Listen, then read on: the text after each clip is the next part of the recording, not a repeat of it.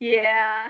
So I can never lose my. I do email it to myself. Like anytime before I go on a big trip, it gets emailed to myself just so I have it just in case I lose my phone or something. But I've never lost my phone ever. So I I'm don't know. assuming you're backing up all manuscripts, all drafts, everything that's eventually going to go in the Annie Sullivan library is being backed up in a cloud or someplace. I'm not good with the cloud.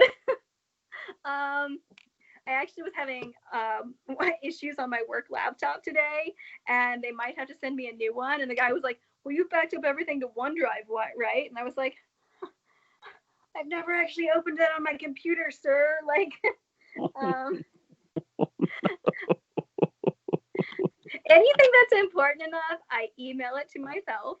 Um, so every couple of, it used to be I would email it to myself every single night. But now I've gotten lazy and I'll just do it every like once in a while. I'll email it to myself just so I have it multiple places.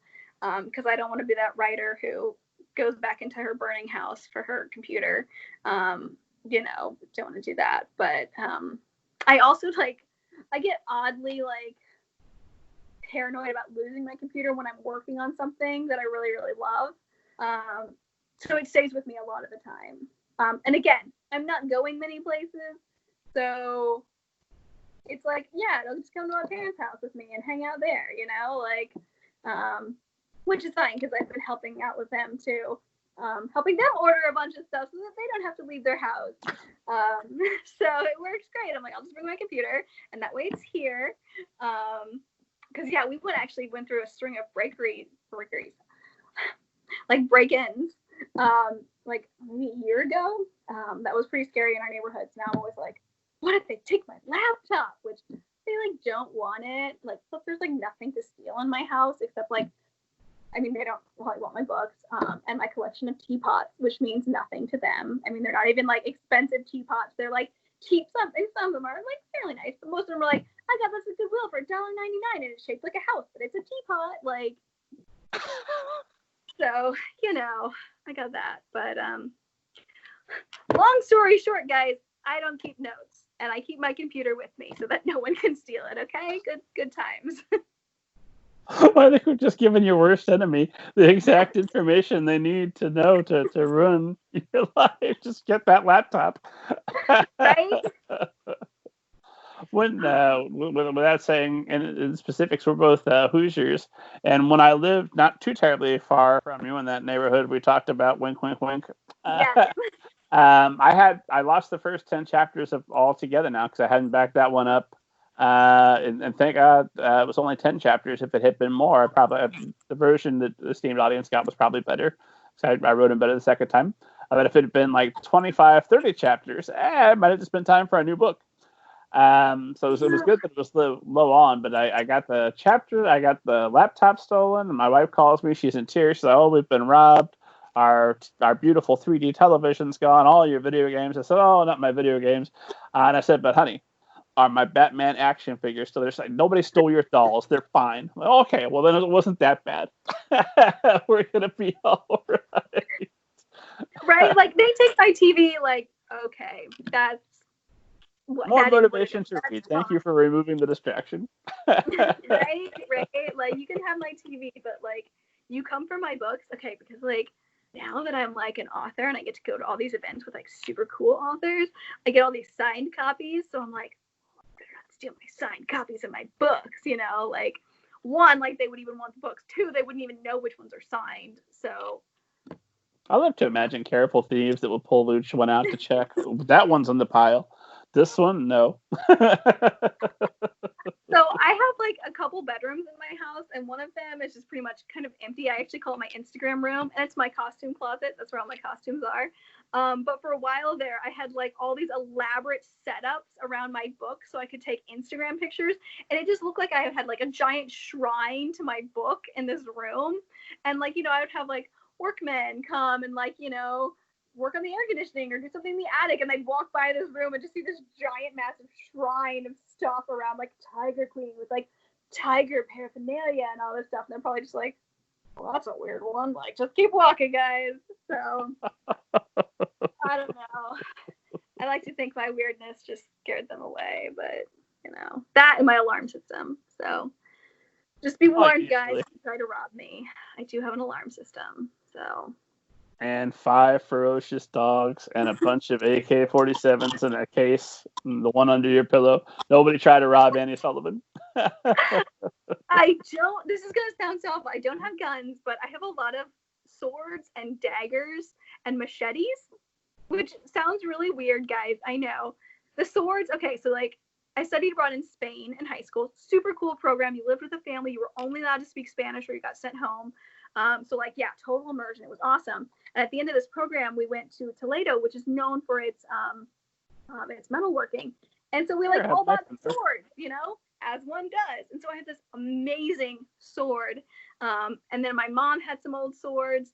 And so I just like kind of like commandeered them for Instagram pictures and stuff. So I've got like a collection of swords. I've got a really cool Egyptian dagger. I've even got, for those of you who can see video, I've got this like weird little like, I don't know if these are supposed to be like little toothpicks or what, but there's like this little sword carrier thing. I don't know. I like that thing. Awesome. Like and yeah, they're super cool. Again, so I've got like little things all over. And then I have a machete that was not mine. When I moved in, the previous owners of the house like left this giant machete in the master closet. So I was just like, okay, I guess I'll just keep the machete. So you can't throw it out. You never know when you might need a machete. I know. So now I have a machete in my master closet for no reason because I'm like, I don't know what to do with it. You guys can comment. Give me some tips. I had a friend that aspired to martial arts, and he had a bunch of martial arts weapons that he would train with. And he actually did have somebody come into his house, creep into the window while he was sleeping in his room.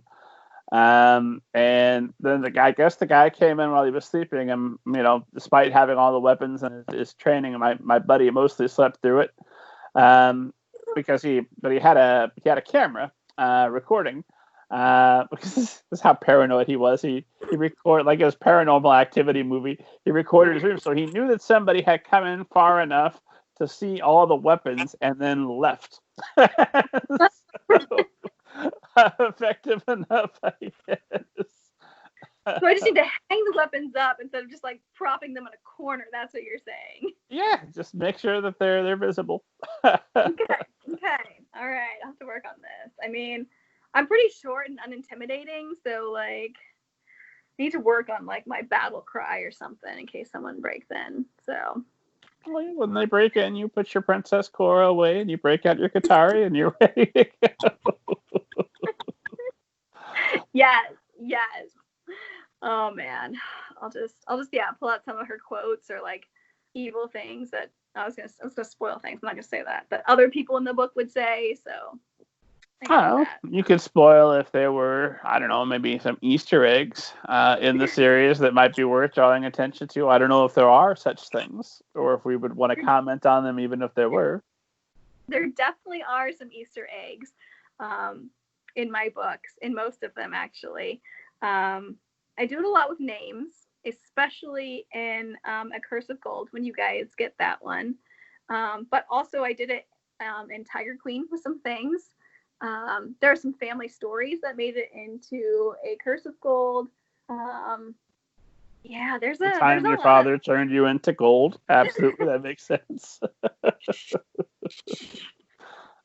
I don't want people to know that because then they're gonna think we have more gold, and I don't want them to break in. We just went through that. Like that's true. No, I definitely love.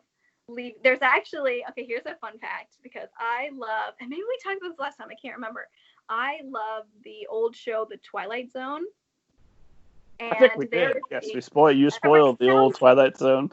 Oh, yes, I love that. Not everybody's going to listen to both episodes. Go ahead. Let's talk Twilight Zone again briefly. Well, I just bring it up because in A Curse of Gold, there's one tiny, it's like not even a full sentence. It's like this tiny phrase within a sentence that I put in there for my love, The Twilight Zone. And like no one will probably ever pick up on it but me. But it's in there. And I love it. And my editor tried to take it out. She's like, this is not a necessary part of the sentence. And I was like, oh, yes, it is. It is very necessary. And we need to keep that line. And she was like, whatever. Keep being weird, Annie. And I'm like, it's fine. An Easter egg. So has your editor just accepted that she can get you to comply and work along, so long as she plays by your weird rules and leaves the little trophies, the little Easter eggs that are just for you, you'll make the other changes. My poor editor and I, because I mean, in my day job, I'm also an editor, right? So I'm a proofreader. I have to be a grammar expert, all these kind of things. And so my poor copy editor and I will go toe to toe over like a comma, and I feel so bad because I'm like, it needs a comma. And she's like, no comma. And I'm like, add the comma. Like, so don't tell her this, but sometimes when she's not looking, I'll turn off track changes and then just put the comma back in and then turn on back track changes. Because, you know, when you edit the document, you're supposed to like track all your changes so they can see. And so I'll just back in the comma. Okay? It needs a comma. This is word nerd warfare. It's so bad. It's like, and it's funny because I swear sometimes that she just takes it back out again and doesn't tell me, and then I'm like, oh, she took it out, and I'll put it back in. And then I just kind of like is like 50-50 on whose version is like the last one when it goes to printing. So, you know, it's so fun. then you both have to go back through and check to see which one of you snuck commas in or out. Right. No, we're not that bad, but yeah, sometimes I'm just like, no, it needs the comma. It has to have that comma. Such an important comma. Don't get me started on the Oxford comma like that. There's no debate there, okay, people? Just use it. It's like a mask right now. You need to wear the mask. Use the Oxford comma, okay? All I'm going to say. Some people are gritting their teeth and actively cursing us as they're hearing that. They're like, and I'm turning this one off, not buying that book. Or now we're going to like look at all the commas and be like, well, that's wrong. That's a wrong comma. They're like, Annie was wrong. And I'm like, well, that's one my editor put in. So there. No, probably on me. Just blame it all on your editor. Be like, oh, yeah, she totally snuck that one in there. It's just book people. I know I wasn't in quite a shouting match, but there were definitely raised voices with a critique partner about whether the space should go ahead of the ellipses or after the ellipses. And the answer is after, unless you're a monster. But she disagreed. Right. Some people just like, they're so like, they're set in their ways. And it's so hard to change sometimes. So I get that. I'm obviously that way too with a lot of things. Oxford comma, which I mean, again, we're not going to go there, guys, because it's not a debate. I've had friends, I will say this. I'm very proud of this. I have a friend at work who was brought up on AP style, which does not use the Oxford comma. And the only reason they don't use the Oxford comma is because back in the day when you actually typeset newspapers, you needed that extra space when you printed the newspaper, so you would take out the Oxford comma. That's like the only reason they didn't use it, you guys. And so like she grew up on the AP style, and I finally have converted her to Oxford and to use the Oxford comma again. And I'm like, see, it makes everybody feel better. I would like to point out that we have talked about several life and death, like literal life and death issues over the course of this conversation. This is the most impassioned you have yet been about this. Don't come for my Oxford comma, okay?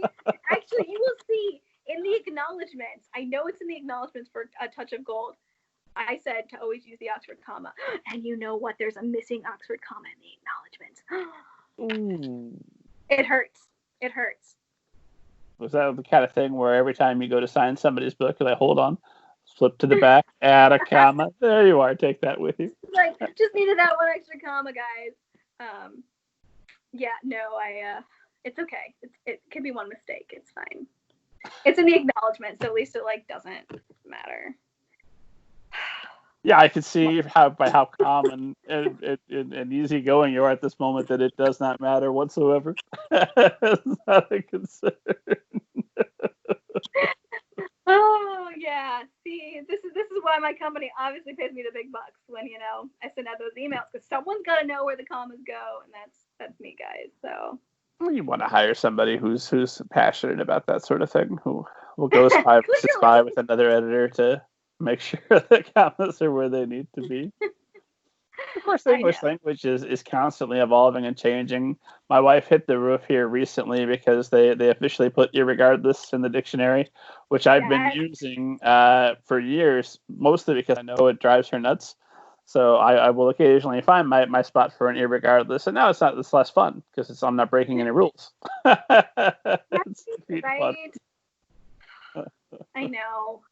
It's hard. It's like you got to keep up with all the new stuff, but then you're like, do I use it? And like in my own writing, it's super cool. At work, it's harder because like for the longest time, the word internet had to be capitalized, and so like I would catch so many like or even like we had this standardized saying of like email. Is email just one word, or is it e-mail? Like, and do you capitalize the e? Like all these things you have to like work out and have this like style guide for. And so as as it's becoming more and more common and like things do shift, and so now I'm like, I'm okay if internet's not capitalized. Like I'm okay with that in my everyday life, but for work I have to be on top of that, and I have to know like who's capitalizing it, who's not. Like, are we on trend? Are we doing the right things? Like, yeah. So it is a lot of work, and so it's something that I pay very particular attention to in my day job, which is probably why I'm so passionate about it, because like it comes back to me. If that content is not right in some way, I feel like that's on me. So I did a soft re-release and reissue of All Together Now when Walmart removed their hyphen. Oh, come on, Walmart. But I didn't want to be wrong forever, so that hyphen had to go. Right. See, it's all those little things like you just never. And that's the nice thing about fantasy is like fantasy doesn't change per se. I mean, it's just like it's in a fantasy world, it's all good, So that's also what I love. There's no Walmarts in the fantasy world. That's where I'm writing from now on. I've been burned before. What's next? Yeah, McDonald's adds an apostrophe? Get out of here. You can have that robotic wolf, and that robotic wolf can do whatever he wants in the fantasy world. Yeah, go to McDonald's and Walmart. I assume that's where a robot wolf would naturally be inclined to go. Right? Well, I mean, I know where I'm going after this, and that's to watch Sharktopus vs. Whale. How do you say werewolf?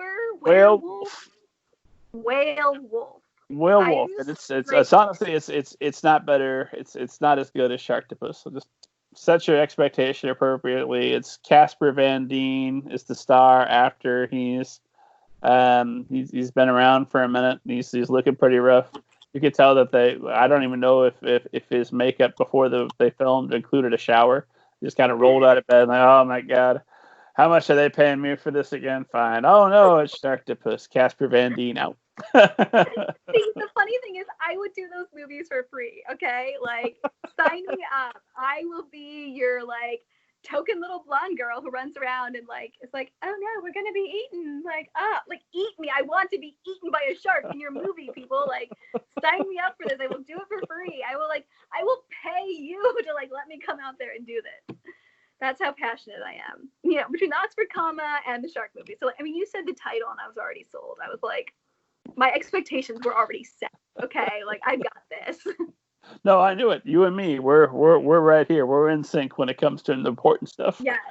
In fact, my Shark Week friends are going to be jealous if I watch this movie without them, but they can't come in my house right now. So virtual watch party. Maybe. You can get your Fin cup and put a little bit of red wine in there. You're not drinking alone if it's a virtual party. Fun fact, I don't drink, but I can put in I have some red Gatorade. I'll just put in my red Gatorade and be like, guys, you're missing out. All you need, really. You say it's on Amazon or it was, yeah. I'm trying to think how long ago. It's been like a couple of weeks. It's probably still on there. It better be, because if it's not, I'm going to be really disappointed. And then I'm going to have to buy it. For esteemed audience, I know I recommended this one to you last time we talked, but I never get tired of recommending it. Crawl is right now presently on Amazon Prime. So if you haven't seen Crawl yet, it's actually a good movie. Not like this Sharktopus versus Werewolf, which I assure you is terrible. Crawl is I feel obligated to recommend a movie that people that don't love terrible shark movies can also enjoy. You'll watch some alligators eat folks. Is Crawl based on spiders or snakes or what is it? That one's alligators. Oh, okay. Oh, it's good. It's like with a big budget. It's like, actually genuinely terrifying. Like Lake Placid level? Where are we talking? Like? Oh no, it's like it was my favorite movie the year it came out. It's a genuinely good movie. It's a hurricane comes into a town, and the father and daughter get trapped in the crawl space of a house, thus Crawl, which is a terrible movie. Just call it Alligators Attack. Don't make people explain. It's called Crawl, but trust me, there's alligators. But they're next to an alligator farm.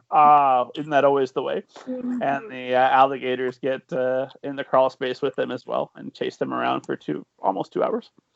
That does happen. When I was in Africa, actually, we were boating down a river, and our guide was saying how a couple years ago, the local alligator farm flooded, and a whole bunch of the little ones got loose. I mean, obviously, there were already some in the river, but a whole bunch more got loose in the river. Yeah. And my sister and I actually did it's like a mix between like a zip line and a bungee jump. It's kind of like you free fall for a while and then you swing. And we did that over a river, and there were like crocodiles, alligators. I always get them mixed up. Like just hanging out in the river, and I was like, this seems safe if we fall. Seems fine. Well, round nose is the big giveaway: alligator versus crocodile. So as you're being chomped, let's kind of look down. Is it the nose rounded or is it pointy? If it's pointy, you are being killed by a crocodile. If it's rounded, it's an alligator that's polishing you off. Isn't there something to do with like the teeth? Doesn't one of them have like teeth outside or something? Yeah, I think that's the alligator, but it's been so long I couldn't 100% swear to it. Right. See, I feel like that's true. Maybe if I watch Crawl, I'll know better. You know. Well, this is one of the hard things. I don't know if this is true for you, but for me, like if I'm researching something for a story, I know it intensely. I'm not going to go all presidential and say I'm the greatest expert that ever was on that subject, but I am as expert as I need to be on that subject to get the story done and make sure it's right. I will have it down. But then the moment it's written down and I've edited it, revised it, and it's out in the world, I'm happy with it. I don't know those facts anymore because I've cleared them out to make way for the new facts that I need for the next story. It's very frustrating. Does that happen to you, or no? It's all up here all the time with you. Mostly it's all up here most of the time, but I would honestly also say like I don't do as much research as a lot of people. Like I get what I need and I get out. Like so yeah, I don't know. I mean, but like something that I love though, like sharks, I could tell you like, you know, tons of things about sharks, but yeah, you asked me about an alligator or a crocodile and I'm like, I don't know which one is which. So when are we going to get the Annie Sullivan shark book? Yeah, I want to be on Shark Week, so I need to write a book. I need to write like some sort of book about sharks because I could tell you guys, like, I don't know. I watched way too much Shark Week as like a kid growing up, so imagine what like, you know, years upon years of watching all that stuff. You know, like, do you know there's a cookie cutter shark? It's this little tiny shark that swims up from the depths and just takes a bite out of something and then swims away. And it like that's what they call it, the cookie cutter shark. So it leaves like a little like almost like a cookie cutter like jagged circle in its prey and just takes a bite and swims away. So fun fact. I just wanted to give you a good story to tell the rest of your life. Goodbye. Right. I mean, I don't think it really goes after humans or anything. Oh, the oceanic white tips. Those are the ones you got to watch out for, guys. They're like the garbage, you know, cans of the ocean. They will like eat anything.